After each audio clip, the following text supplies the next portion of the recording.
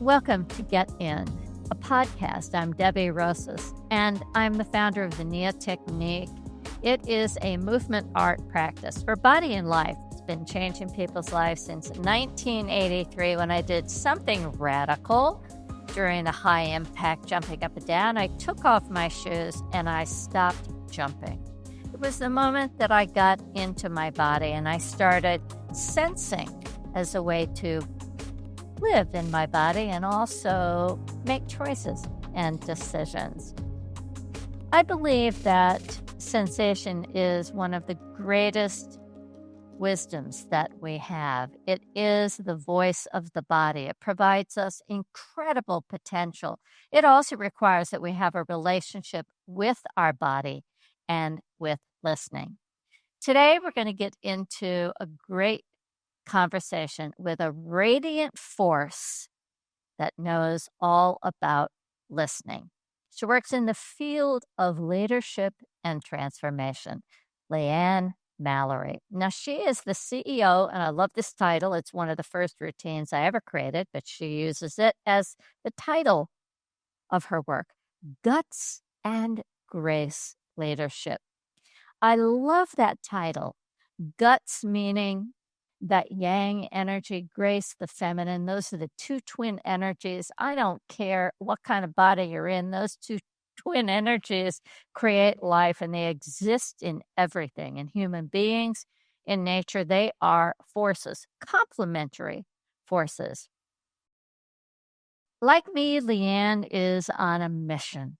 She's on a mission to help leaders, I'm going to say especially women, lead from the inside out, that interoception wisdom, and with a lot of noise coming from the outside. Nowadays, it can take a lot to, wait a minute, let me go inside. What do I think? What do I feel? What do I sense? Her work lives at the intersection of embodiment, positive psychology, and that feminine spirit's guts and grace, wisdom, and power. The impact of her work is something that has both touched people's lives professionally and personally. And most important, like Nia, it's systemic. It addresses the whole being, not just something physical. Both LeeAnn and I share a deep, deep love for the work of Aikido. The principles, the understanding of how to harmonize conflict. I love how Aikido as a martial art teaches centeredness and presence, the ability to blend with rather than to oppose and fight against. To me, this is really good stuff to live in your body and work with the energy of life. And it's a big, big energy now that is, as I said, coming from the outside. My own Nia journey has been influenced by Aikido and the concept of leadership and also the concept of feminine and masculine, a quality of mindfulness, a way of living in the body and living with the body, communicating with the body. LeeAnn's work has been beautifully shaped by someone that has influenced my work. I was lucky enough to take Aikido with this amazing, amazing sensei, Richard Strozzi Heckler. He is a true pioneer in the field of somatic coaching and leadership, founder of the Strozzi Institute. Check it out. It's amazing. His teachings illuminate how the body carries stories and beliefs and capacity for transformation. Today, I see how so many different people are basically doing the same work to help people live in their bodies and live healthier lives and lead their life more from the inside out, from that place of this is what works for me. This is my voice. This is my style. This is my way. A lineage of presence. I think this is what our ancestors were wanting us to tap into. I think this is what the universe says every single day to me when I look at the sun go up and go down, and I listen to the sound of the universe. Remember that you are connected to something much greater and much larger. You are part of that lineage. We all are. So today we're going to dive into what does it mean to embody leadership? How do we lead our own lives? And how do feminine values, and as I said, one doesn't leave home without the other, both feminine and masculine, but how do feminine values help us maybe live better and healthier and maybe even start to solve some of the sickest problems that we're dealing with right now? And loneliness, how how can it be that we're lonely with so many people in the world and with technology? Stress is so high right now. Judgment, bullying, all of these things are fear, going to movie theater, going to mall. All of these things are affecting our health and our well-being. Feminine wisdom in modern leadership. Let's talk about it. Embodied practices to transform doubt and disconnection. Let's talk about it. And the legacy. What was the impact of Aikido and Richard? And how, as an organization, not only a body organization, but if you're in business, how can you better support whole beingness, women's whole beingness? LeeAnn, I am so thrilled that you are here to join me. Welcome, welcome, welcome. Thank you so much, Debbie. It's a dream to be here. I'm really happy. And I love it that you're in the process of building an app and you're kind of changing your business a little bit. I'm going to say evolving it, right? Pivoting, Exactly. which is what we all have to do. Um, Before we get started, just tell everybody a little bit about your story. And I always like to ask, was there a moment when you were a child where you first got a spark that you were going to do this kind of work, but then it went away, but it was always there?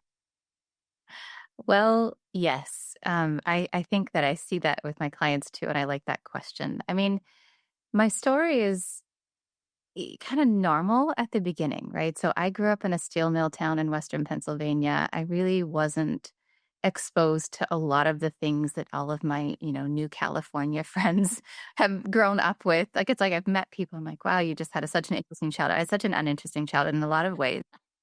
However, I have a couple of things that I think were unique. And one was just like having a very working class experience. I think that was really important because it made me humble, it grounded me. I also grew up with a mom who ran a baton twirling school. And that was like, if you live, it depends on where you live in the country or where you live in the world. Like baton twirling may not be a thing, but where I grew up in Western Pennsylvania, Absolutely. it was like the only thing for young women to do, Yeah. more or less, right? So, it was a small town, it was a small business, but there was a point in time where she had like 150 students, and it was like everybody in my school was part of our school. So everything after school, everything around what I was doing had something to do with either baton twirling or dance. I also had a lot of different, loves of dance and experiences in dance when I was young. So I got to teach movement practice. Like I had private students at like 14, 15 years old. They were 5 and 6. I was basically teaching people, working with people how to be in their bodies. But a lot of that practice and a lot of that way of teaching and way of working with movement was about how it looked in performance, which is very different than how it feels from the inside out. So that's like early training, I would say, that kind of became a premonition for what I do now. But the actual memory that feels like the moment that was the epiphany that then led to what I do now was even younger. Like I have a memory, I probably was, I don't know, 4 or 5 years old. It's one of my early memories. And I am at a wedding. I'm wearing a big poofy dress and I'm on a dance floor by myself. And I'm like, if I keep dancing, everybody's going to be happy. Like, that's the thought that I remember having. And there was just something about like the sense of like the joy that I was feeling. And I like was like I believed, I guess, at that moment that everybody could feel me or somehow like I was influencing everyone else in the room because I was dancing in this way. And it's so the same as what I do in my spiritual practice now. It's so connected to how I teach when I work with people in embodied practice. Like there's something about sourcing my own life force from the inside out in a physical movement and then having that kind of radiate throughout and be an invitation to other people that really is, I think, what I'm built for. And it was so, so young that I was like, yeah, this is a thing. I'm doing the thing that I'm supposed to be doing. So I love that question because it really does remind me of that moment. Yeah, I love that. I have this process in the Awakening New Feminine Spirit course that I'm doing right now called peeling. And we work with a peeling timeline. So there's a vertical line, and you put subjects like money and sex and family and, work. And then along the bottom, it starts with embryonic, birth, and it goes through. And the idea is to take any point, embryonic or teen or child, and go up and pick a subject.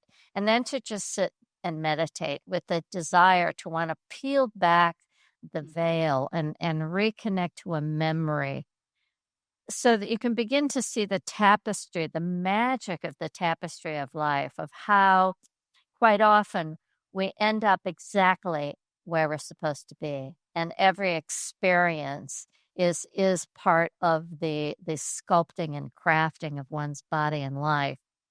You said that something was missing Hmm. in your early work with leaders.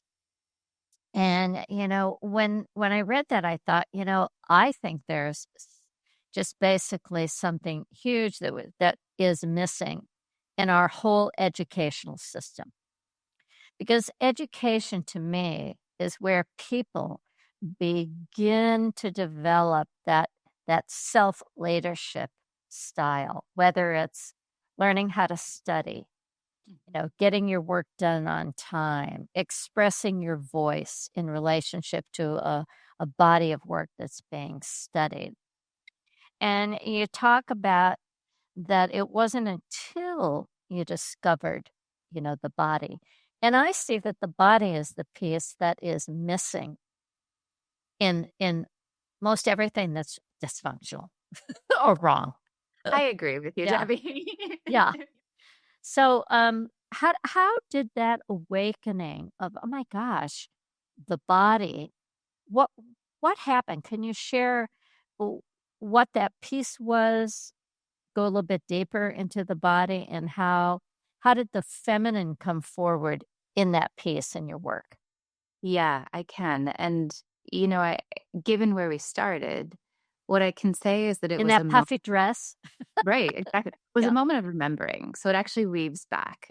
So essentially what happened for me, long story somewhat short, is that I had those experiences growing up. I was also a really smart kid. And basically my parents were like, go get a real job. Like, don't go to school for dance. Like, you actually need to use your intellect, right? Because that's what parents of my generation would do. Like, Absolutely. you use the important stuff, the Get a body, all job. the stuff, like exactly, get a job. I always told get a job. So in a loving, beautiful way that really set me on a course to be able to do what I do today, which I'm grateful for. And what that led to was my first kind of corporate facing job was actually a boutique leadership training firm in Northern California, in Marin County, in San Rafael, not far off from where Nia Technique was born. And so I was working at a firm that was really doing beautiful leadership training, coaching, executive training work. And yet at the same time, we were kind of running a fairly traditional corporate kind of culture where mostly we were working really hard. We were working long hours. We weren't necessarily paying attention to what was happening in our bodies. And I'd actually had what I now would call a burnout moment earlier than that when I was in graduate school. So I kind of had a sense of like peaking and then things falling apart. And so I get into my first official job and I'm like, something isn't working. And at that point, I actually wasn't really dancing anymore. There were a lot of things that I wasn't doing anymore because I had kind of majored in, I'd kind of said, okay, well, this stuff is the sideshow, and then I'm going to major in using my intellect to coach, to train, to do these things. We're doing beautiful work, but it wasn't embodied work at the time. And so I started to feel like I was wilting, and I started to realize that all of my clients were wilting, and my colleagues were also wilting in these ways that it was almost like I knew, because I had grown up so connected to my body, what it felt like to be tapped in or tapped out. And I was like, I'm really tapped out. What actually happened, interestingly, is that I had this instinct, like if just once a week I could be doing something where I got back in there, get in, right? If I got back Right. in there somehow once a week. And what actually happened is that there was a class at Nautilus across the street, which was a Nia technique class with front load, go ahead. And it was like, oh, somehow if I can go do this thing for an hour and come back, then I will be able to calibrate myself differently. And so it was actually where I met Nia. And then not too long after, met Richard and started studying at the Strozzi Institute as well. Same year, all of that happened. But it wasn't like the first time. It was like, oh, I deeply know, one, this is for me. Two, I need this to survive, not only to thrive, but not only that, but to survive.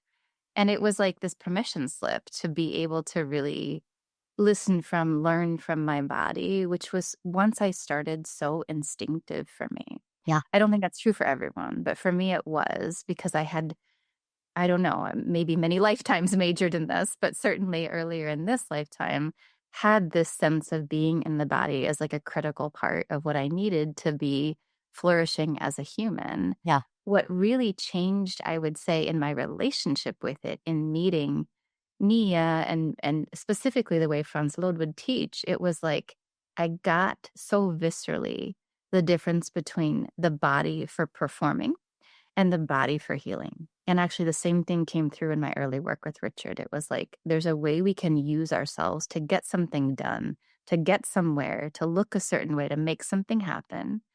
There's a way we can actually use, meaning like leverage the wisdom that we have access to when we're connected to ourselves for something very different. And healing would be the word we would have used. It's not always the word I use when I'm working with leaders in the workplace, although people will say that my work is healing. But it's like, oh, the wisdom of the body will guide us toward what's good for us, will guide us toward what we actually know, will guide us toward what we're built for.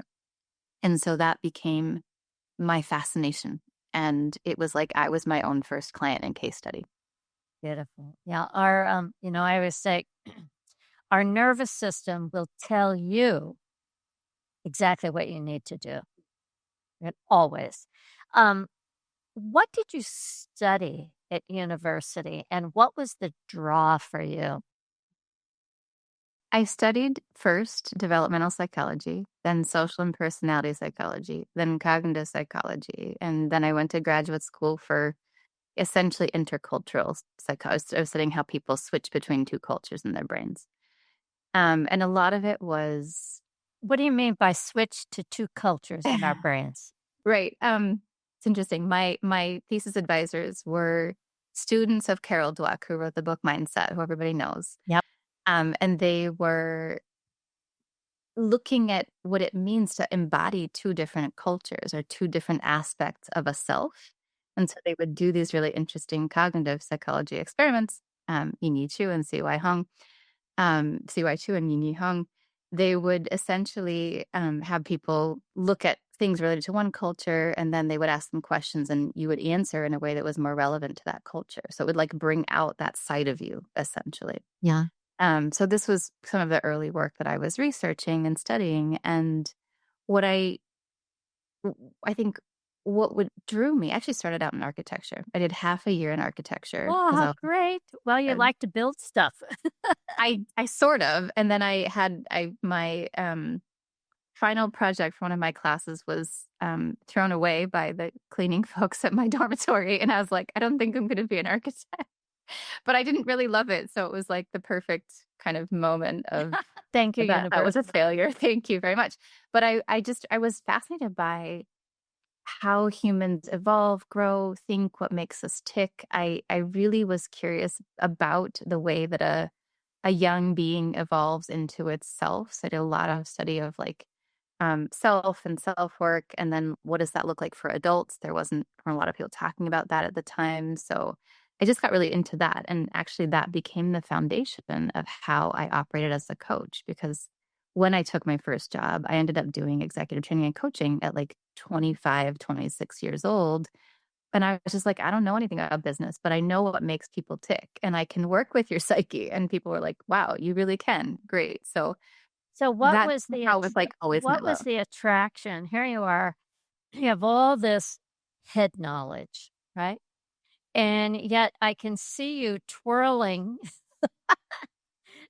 your baton and having this embodied relationship, as you said, with your life force energy in a very unique way. And understanding that, okay, there's performance, but there's embodiment, right? So now you understand all of this. What was it about that first company that attracted you that you thought, maybe I can make a difference? Or did you slip right into their model? I think we did make a difference. I mean, they were doing deep transformational work with the psyche. It just wasn't embodied specifically, right? It did impact people in an embodied way. And what I found was that when I brought in embodied practices, that was like where my clients' results went off the charts. But they were really looking at the ego structures and how the ego structures disinform our capacity to lead well. And that was a huge part of my early training. Like I was already interested in that. I was looking for a job where I could um utilize not just I knew that I wanted to work with leadership. That came out of my experience as an undergrad and a graduate student. And I knew that I didn't want to teach, here's 10 things to do to be a good leader, go check. Like I just wasn't interested in that. I was interested in transformation from the get. That was always true for me. And so when what they were doing was they were looking at the ego structures, kind of like when you describe the peeling, right? It's like those moments earlier in your life, how did they then lead to the personality that you have? This is where I got into personality psychology. Like, how did your personality get formed? Not just what is it as a static thing.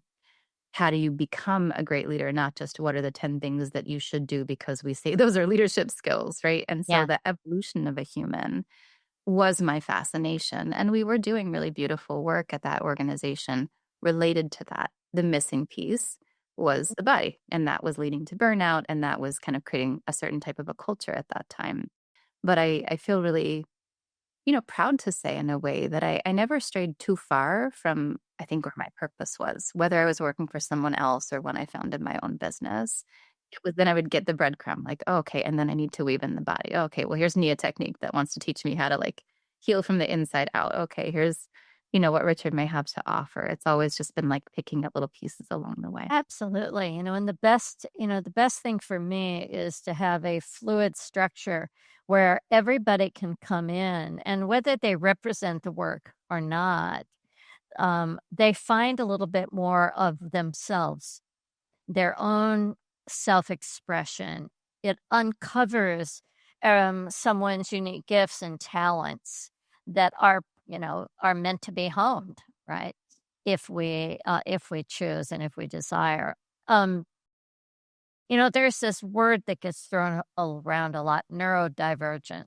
So I happen to think that everybody is neurodivergent. There are no two human beings alike, no two bodies alike. I've done lots of dissection. I can tell you there's no two livers alike, brains alike, whatever it may be. So of course we're divergent. Of course we're unique. Of course we're different. And I love how you talk about these two personalities.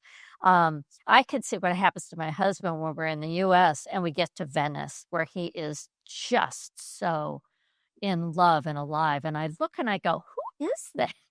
Right? So when I think about environment, right, and I think about that Bruce Lipton's work, environment informs the cells, right? And that what we put in our brain, right, in a sense, forms who we are. How do you relate to the concept of neurodivergent? Because for me, it creates a separation. That's so interesting. I'm going to hear a thread there about environment and a thread about neurodivergent. So maybe I'll try to speak to each of them. Um, I don't have the right answers here. So anyone listening, this isn't fact. No, This this is is just fun. my perspective, my Yeah. research, right? Um, I guess similarly to you, I've always been fascinated by the spectrum of things. Meaning it's not that there's a right and a wrong and a normal and a divergent, but that there's really all of the various diverse ways that we think, we express ourselves, we understand the world, our nervous systems operate as humans.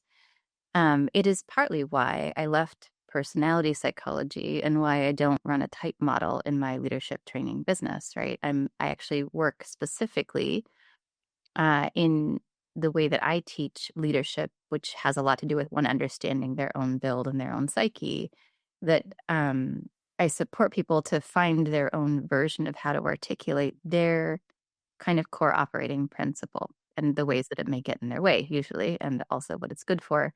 But it's like a very custom process that I use for this reason, because I think all of these things are, um, very nuanced, and they're simple too, but we can oversimplify them when we say, oh, type A and type B, or we put certain things in boxes. It's actually interesting. I have a client I've worked with for a couple of years, and recently she was like, I think I'm a little neurodivergent, and we both were like, yeah, a lot Lot. actually. Right. And then it was like so empowering because she'd never really like owned that or named it, and it was like the right Exactly. moment, whereas before it would have been a label, but it actually like freed something up in her at that moment to be like, I'm just gonna like lean into this more. So it's almost like, is it empowering? When's it empowering to like decide that, know that, name that? But I think ultimately it is more of a spectrum where it's just like the way our brains work are different, and often that ends up being our superpower. So I'm like, Absolutely. that's Yeah. beautiful. I love, when I talk about leadership, um, and I say, okay, go stand at the edge of something like the Grand Canyon and stand there and look out. How does that feel? Because that sensation of being alone, being 100% committed to, as you said, the personalization, the detail of what works for you. Leadership, being willing to go first, being willing to not necessarily follow, but accompany, right? This beautiful gift of body, and whatever talents we have and desire to skillfully develop, um, I think is what our body and soul wants us to do. Um, please step in to these feet. Please step into this power. Please use your life force energy to, in a sense, to craft this. And it can feel so comfortable to be part of a community where you're following. And yet, how can we, as you said beautifully in that business, you go into a business, they have a structure, but you bring yourself, which then transforms the structure, and hopefully grows the structure. That's the beautiful concept of nested systems, evolving, evolving what is. How do you um, work with the core differences and similarities of masculine and feminine energy in leadership? Wow. Well, there's so much you just said. We'll pop on I'm going to anything. start with the moment at this edge of the Grand Canyon because that was so compelling to me. Um, I have a memory actually of standing on the Great Wall, and similarly, right? And this thing about me, maybe you do this too, maybe everyone does, I don't know, but I'll stand in these locations and I'll close my eyes. Yeah. And then usually have someone take a picture of me from behind.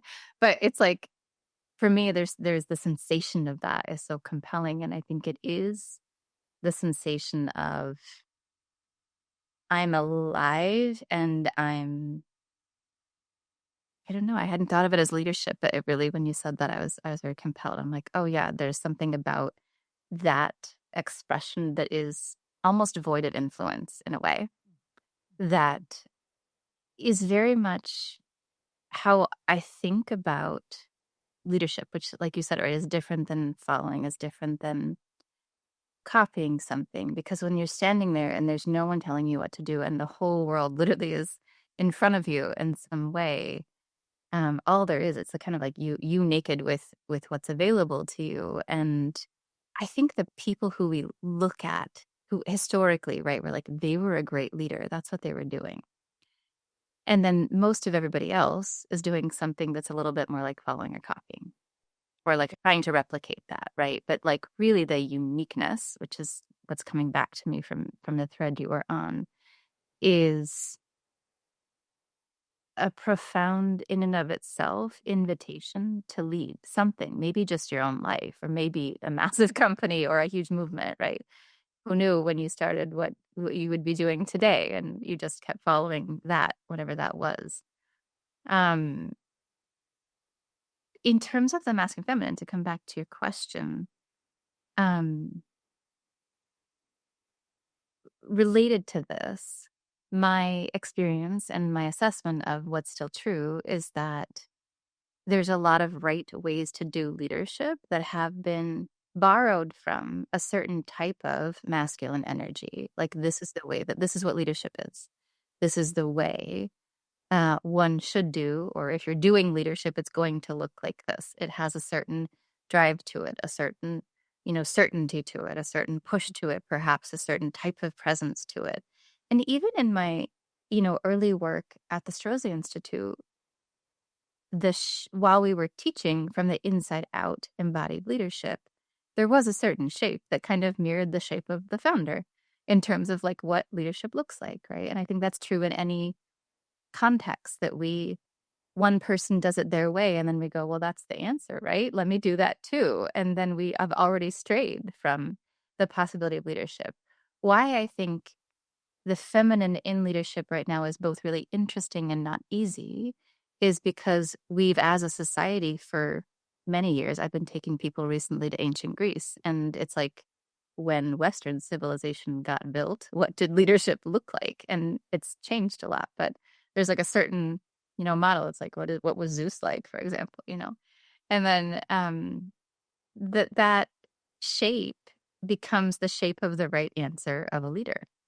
And so I think at this moment, the feminine is interested in leadership because it's I think something's out of balance. I think that's interesting in terms of let's Absolutely. rebalance something. But I also think it's interesting because it's disrupted to what the status quo has been, which is incomplete, and which is not always the most useful template to who we could each be leading as right now. So if anything, I use a little bit the guts and grace, or these two energies, as a shorthand to go, but what's really your answer? What's actually the authentic movement of life force through you that would have you lead? And if I'm working with women, maybe there's a thread of the feminine that's in there that is part of the ingredient that's missing in your leadership, in your work, or in your company, or in your community right now. So that's maybe not even answering your question, but No, those are some of the things that yeah, come up. it's beautiful. When I think about leadership and being in the business of body and life, I think we are all in the business of our body and life. We just forgot it. And we don't know that we live in a Ferrari, not a Ford. The Yes, genius of the body 100%. is just incredible. And when I watch an infant, and the first act of self-care, leadership, taking care, connecting to one's own body, and in this primal activity of looking and smelling and listening and beginning to sensate, what does it mean to lead oneself, to rolling over, crawling, walking, reaching and pointing, all of these these forms. And then we start giving a lot of attention to thinking, which unfortunately to me, that's where we start to separate from this beautiful primal instinct. And when I think about yin and yang, I think about feminine, the yin, the softer, yang, the more precise, the exact, the action, and I teach that 2/3 yin, 1/3 yang. Get I out like and that. get back as fast as you can. That That's right. and in that deep place of waiting and presence, not wasting, any energy. And I love in Aikido the training of balancing that yin and yang by, am I leading or I'm following? And knowing exactly what role you're playing. And it has been so helpful for me in business. Boy, and when I have gotten out of balance, it's when I forget that. I forget to just follow for a moment. Uh-huh. Or listen, right? Listen. I mean, you Listen. started about listening, and the word receptivity is what comes up now. I'm sure it's because I'm with you, because I don't always say it in other contexts with teaching business, but I think it is the word that is one of the missing pieces of the feminine in, this is a blanket statement, but in business today, right? It's like, are we listening? Are we receptive? Or are we just doing? Are we just taking the next action? And, I'm for what you just said. 2/3, whatever, 2/3 receptive, 1/3 doing is probably a really good balance, because how many actions do we take that aren't necessary, that are uncentered, that are in the wrong direction, that are whatever, oppressive to others, all of the various things that if only we were more receptive, only we were more listening, would be different. And listening to the field, listening to other people, and listening to ourselves, right? Because we override any one of or all three of those things and maybe other things when we're not in that kind of a balance. So it's just that it's harder to measure. I mean, I can say in my early career, I both have a fiery side that would get me in trouble, but my greatest superpowers are my more like listening, sensing, getting quiet, being wide, being still. And for in all of the organizations I've ever been in, it's like most people didn't always notice. And then I would get great results in whatever I was doing and be like, somehow your results are off the chart, but you're not doing the thing that we're assessing to be great leadership, until a lot later in my career.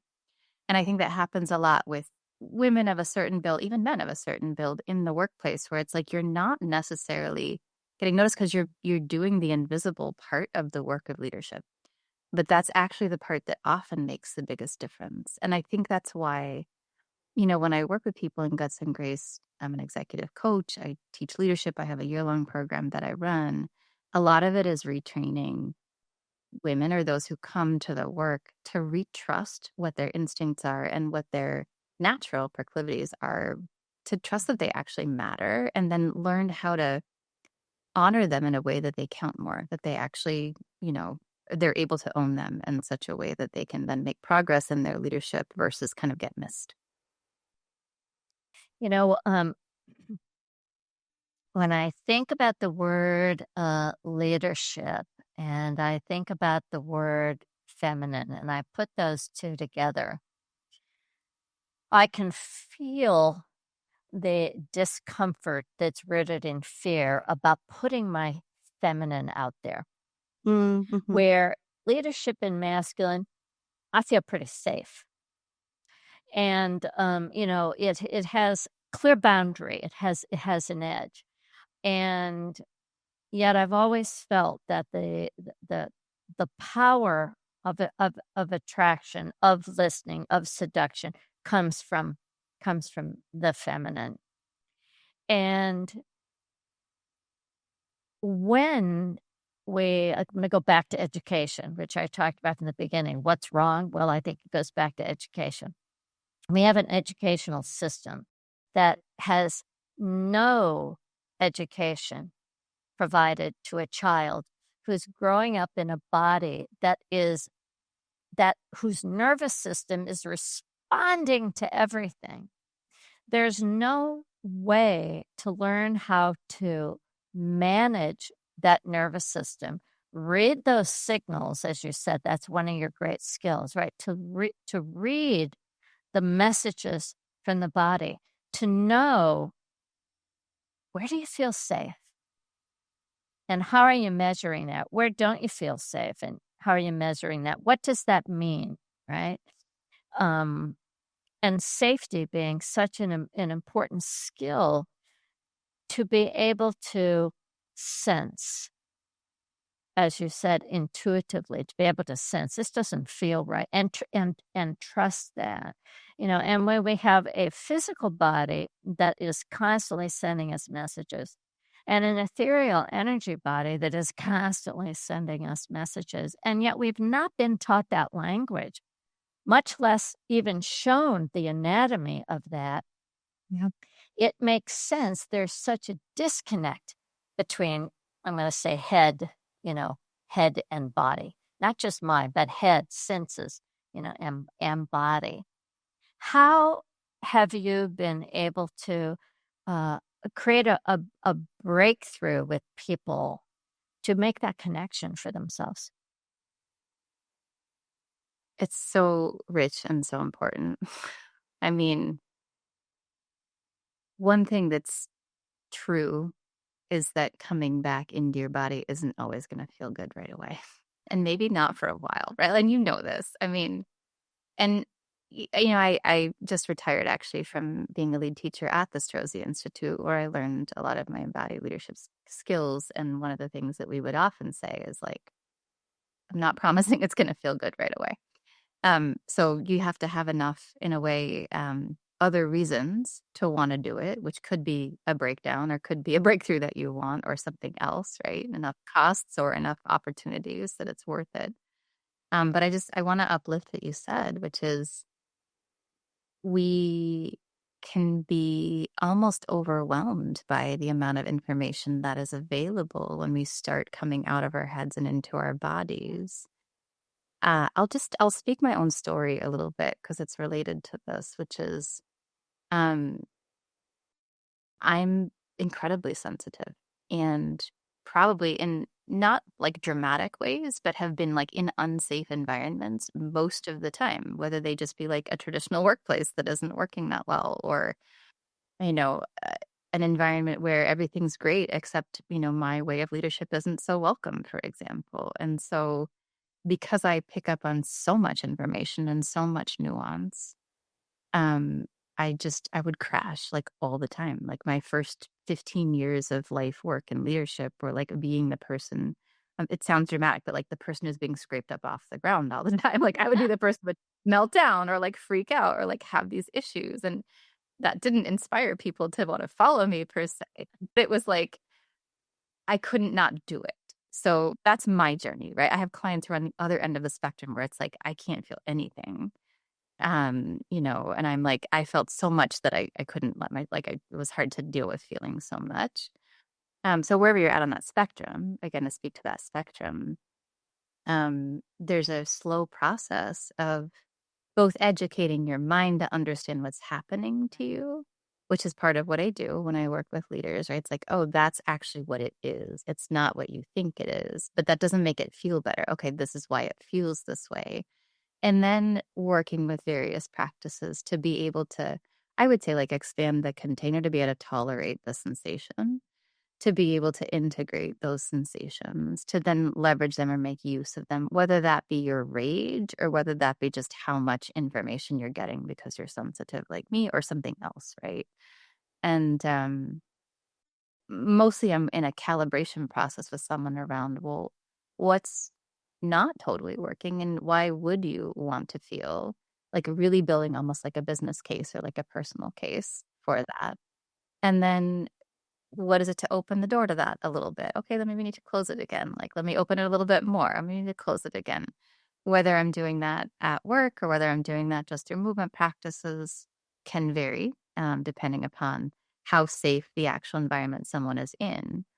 what's interesting about safety is it's both real and it's also perceived. And so there's an also kind of education, calibration, learning process when we start to do this work of, am I accurately sensing that my workplace is out to kill me? Or is that more like what I'm running as an old program, but actually, if I tested it out a little bit, I would receive more love than I'm receiving right now. So all of this is it's a lot, and it's really beautiful to walk this kind of path with humans who are in bodies who are carrying all of this and experiencing all of this. But I think if we don't, as leaders at this point, we're missing so much of what we need to know around us and so much of what is potential to be useful inside of us that it's a huge loss if we don't do it. And I think that's why personally we see some of the mess that we see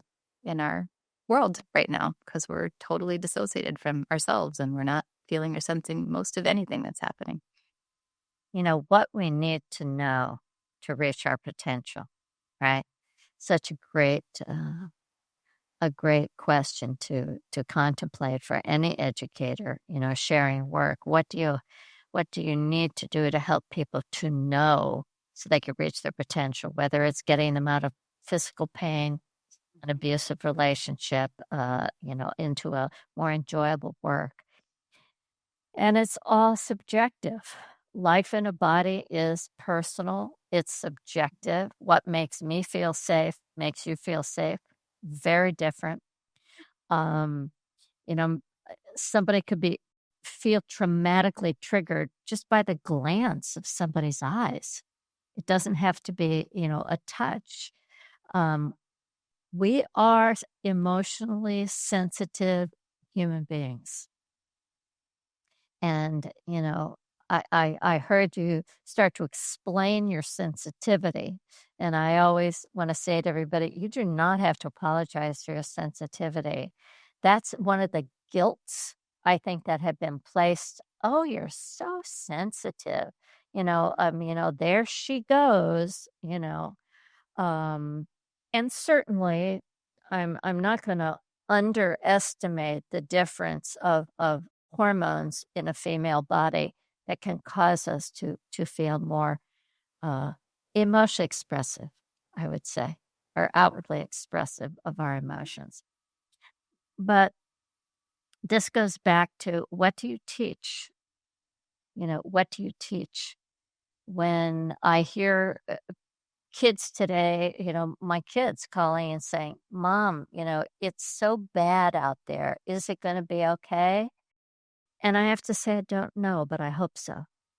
I really hope so.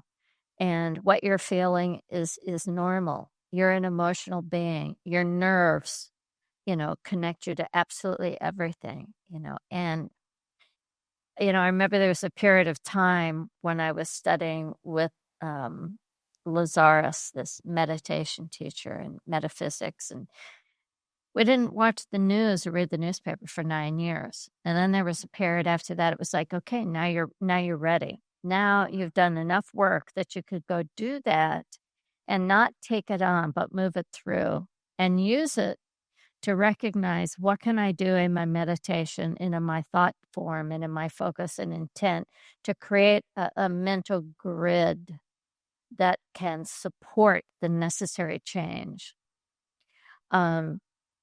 So again, it goes back to, what do we teach that can empower every individual to lead their own body and their own life? And, in the past, I don't know how many years you've been doing coaching, but coaching has become such a buzzword. Everybody and their uncle is doing coaching. I'm a coach. And it's like, well, what does that mean? What are you coaching? What are you teaching? And I'm kind of surprised sometimes when I look at the number of people who, in my opinion, have not done the work, coach somebody else. Yeah. It's 20 years for me this year, Debbie. There you go. And I'm like, how can that even be? I started really but it's almost like, when I started, I'm looking up to people like you and Richard, who'd been doing it for 20 years plus at that point in time. And I'm like, okay, like I've been around in this space. And someone actually just asked me this on another interview recently. Like, what I teach is so simple, but not easy. And, I teach, for example, how to like know if it's really a yes or no and actually say no if it's a no. And like anyone can write a book about that, anyone can say that. But like to have embodied that is a lifetime of practice. And even to know, especially if you're, I work with women. Often we have all these voices around us about what we should or shouldn't say yes to and all of the things. And so it's like, even just to know what you want is like a body up, deep practice that we could do for 5 minutes and then write off and be like, check, I did that. Or we could actually be in a study that would take us years to be able to engage with. And I would say part of how I work with folks is that I teach a series of 13 principles, a little bit like Nia technique, right? That this body of work has come through me where it's like, these are the acupuncture points. These are the levers that are ways that we as women mostly have embodied our own oppression, have embodied the patriarchy, have embodied, have checked out from ourselves or taken on something that isn't what we would naturally do if we were unfettered in these ways. And so I basically invite people to go into a study of these various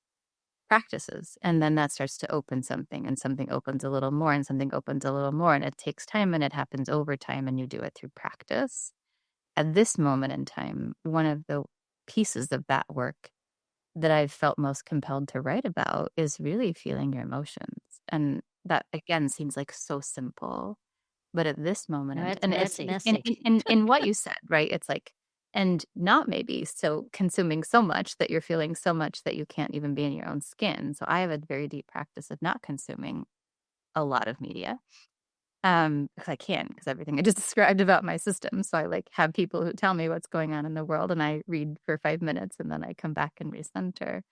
But I would say also that there's an alchemy that we need to know how to do as leaders right now to move grief, to move rage, to move things through our systems that are present. Otherwise, we lock them down and we get stuck. And this is, no news to you given what you teach. But from a leadership skill perspective, everything that we've learned is like, don't feel your feelings. You shouldn't bring that into the workplace. Like all of the messages that we get. And I'm like, that's not working. That is not working. And it's not working for the humans that are getting sick because of it. And it's not working for the decisions we then make when we're like raging under the surface and pretending we're fine. So at this moment, that's one of the things I think that we need to keep teaching. And we could say emotional intelligence and make it sound nice, but it's like, no, just like teach humans how to be with emotion. Like, please, right now, yesterday. Yeah, and bring it back to the body. You have this big vagus nerve, and we our assemblage point of human beings. It's meant to be our heart. And the amount of stimulation in our heart that gives us that yes or no. If it's not yes, it's a no. There is no maybe. There is no maybe. Depends on what we're trying to teach, I would say. There are reasons maybe can be useful, but Yeah, well, I maybe it's with a you timeout. The exactly, maybe is I don't have enough information which we to need give me sometimes. the clear yes and to give me the I clear agree. no. But how do we get the clear yes or no? You got to walk in the room, Mhm. and it's a bit of a challenge to have that yes or no when you're looking outside and you're looking in at somebody else's experience.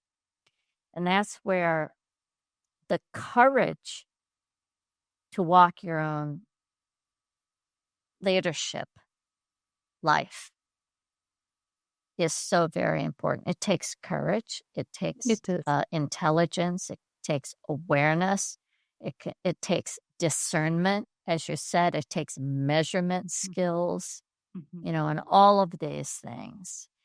Do you feel that where we are right now, that leadership is right now going through a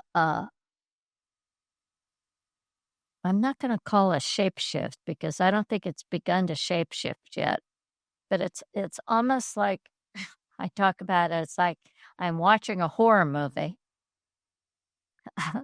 of leadership, and it's going to end well. And the hero is going to be the feminine spirit. I Um, think that how do you think women's wisdom is going to play a role in leadership as we grow as human beings? I think a couple things, Debbie. I think one, I'm seeing the same thing. I'm like, oh, something is on the verge of changing or needing to change, or something's in like a death process at the moment. And both something in leadership and what it is, and something in society and how we've been doing it. And um, I think the capacity we were talking about, right, of the feminine energy to be receptive, to listen, to be in that way in tune, will be needed to allow things to die that are dying. And I use die a little bit dramatically, but it's like we have lived in a society, we've built ourselves in such a way where death is not very present, where nothing ever has to finish, where everything can go on forever, where the upward hockey stick will just continue into infinity. But like, that's not actually accurate for human beings or for natural organisms, right? It's not accurate for our planet that there's infinite resources. It's not accurate for us that things never, there's not cycle. It's like, we know there are cycles. Any piece of ancient wisdom, any tradition, any um any indigenous tradition you study, it's like there's light and there's dark, there's off and there's on. There are these cycles of life and nature, and we have been pretending that's not true for a really long time. So one thing that I think the feminine has to offer us at this time, that will be part of what is the hero, the heroine at this moment, is that we know how to go through death, that we know how to go through a surrender and then a come back online, that we know how to release, that we know how to tend these kinds of cycles, and then rebirth, right? And rebirthing cycles. And naturally, our bodies have been trained to do this. We also, I think, indigenously and anciently, and in our cells and our DNA, have access to these truths that this is so. And then we know how to steward it. We know how to tend it. We know how to be present, or just know it's happening. Yeah. And I think that's the place where the masculine can only take us so far. Because if that drive to get ahead, if that doing, if that linearity of whatever that is, which we need and we have needed to have the kind of progress, quote unquote, we've had, if we um, don't allow it to counterbalance as something else, we're just going to explode ourselves. Like, we can't, it's not possible to keep doing what we're doing. And so I think the feminine will be coming and is coming in to offer this kind of wisdom. And I also think that there's a natural inclination to care for others, to tend to be conscious from a place of care. And if I look at places in conflict right now, it's like the women are like having dinner across the border and going, we kind of need to do something, or we're gonna blow each other up, and that instinct to be willing um to come together and to tend uh human life, I think, is part of what the feminine can offer us right now. And then the third thing is a little bit more woo, but I'll say it because it's part of what I'm studying, which is, if you go back to ancient Egypt, if you go back to ancient Greece, if you go back to places where some of the blueprints of society was getting built and born, women, mystics, priestesses, women who had access to, or who had been trained to fully surrender, to let spirit talk and act through them, Mhm. were giving the information that was being utilized to build good societies. We don't have that structure in place so much anymore. We definitely have a movement of, women's work that is helping, I would say, helping some women who choose into that type of study to remember how to do that, to remember that we have access to that in our bodies and our psyches, that we can open in this way, and to find safe spaces to do that, right? Because there are spaces that aren't so safe to do that. But I don't think we've necessarily cracked the code of that, then getting translated back into fully informing business, society, politics, etc. And I'm really interested in that Well, I because I think think we need to be able to bring those things back Yeah, I online to think you're make doing these. it.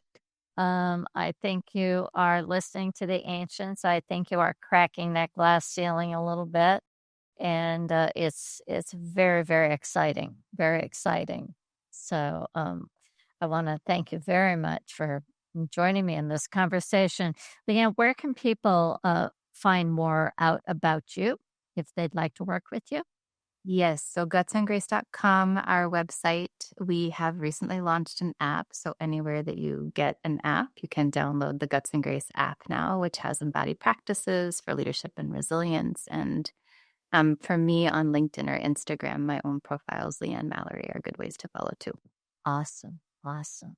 Well, I'm going to see that you and I are going to do something in Greece together. I just got you said Oh, the word please, Greece. let's do It's it. one of my favorite places on the planet. It's so It's fun. so magical. It would be really fun to do something together with you. So, thank you again. And everybody, I'm gonna leave you with this. We're all in the business of our body and life. We get this one body in this lifetime. It is sacred. The word sacred meaning dedicated to a single person, purpose, or use. That's you. That's your body. A cooperative relationship with our body. Well, it begins by going back to the first communication that guided us into standing up and walking and self-care, listening to the voice of sensation. And yes, sometimes listening to that voice of sensation can feel scary, but not to the body. We get scared, but to the body, it is sending us vital information every single second to keep us grounded, centered, healthy, and well. So don't judge it. Receive it and say, thank you, body, for that message. And remember that it doesn't mean that we have to work harder in life. We don't have to push faster, push harder. But we can tap into that feminine that says just pause. Pause to find your power. Come back to yourself. Be okay with feeling alone in the leadership of your own life and your own body. And whether you're walking or sitting, take a breath. Sense your feet. Sense your heart. Sense your skin. And ask yourself, what truth lives in my body right now? What message is being sent to me right now? And let your body lead. Until next time, everybody, let's stay in our bodies. You can find more out about me. I publish writing every single week at debbierosas.com. You can also find out more about Nia at neanow.com. And if you'd like to experience Nia movement, this beautiful movement art practice, go to Nia On Demand, and you can sign up for 2 weeks free. Classes, training, everything to live a rewarding, meaningful, and joyful life in your body. And I'll see you next time.